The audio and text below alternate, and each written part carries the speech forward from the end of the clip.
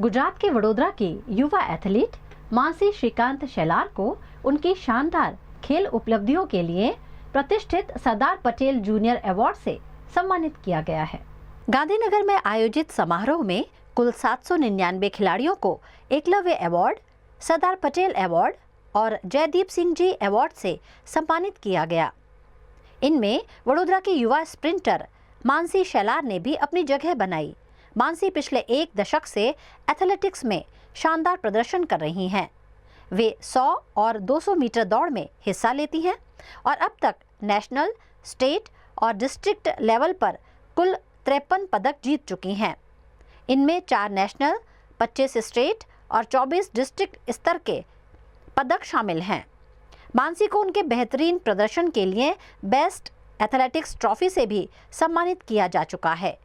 उन्होंने खेलो India, university nationals और खेल महाकुंभ जैसी कई प्रतिष्ठित प्रतियोगिताओं में भी हिस्सा लिया है।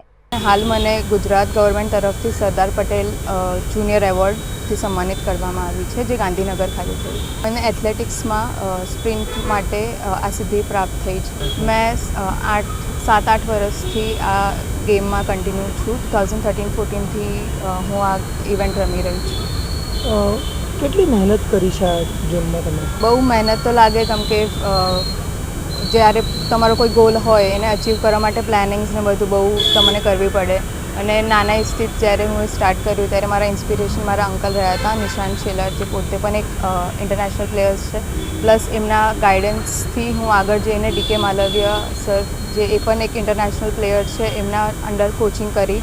અને સાથે સાથે કન્ટ્રીબ્યુશનની વાત કરું તો મારા ફેમિલીના સિવાય મારા જે અહીં ગુજરાત એસોસિએશન છે, એથ્લેટિક્સ એસોસિએશન, એમના સેક્રેટરી કરણ ગાવકર શ્રીના સપોર્ટથી અને વિકાસ પ્રજાપતિ સરના સપોર્ટથી હું આગળ આવી। એમનો સપોર્ટ રહ્યો, ગાઈડન્સ રહી, એમના થ્રુ હું આગળ આવી છું।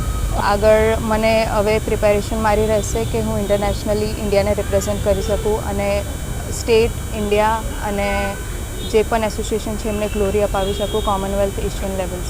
નાની એજમાં આ એવોર્ડ રિસીવ કરવાથી હું તો ઘણી પ્રાઉડ ફીલ કરું છું અને આનાથી મને હજી મોટિવેશન મળી રહી છે કે હું આ ફિલ્ડમાં હજી આગળ કંઈક સારું કરી શકું ઇન્ડિયા માટે અને આપણા જે પણ એસોસિએશન્સ છે એમના માટે, અને આગળ હજી પ્રાઉડફુલ મુમેન્ટ્સ આવતા રહે એની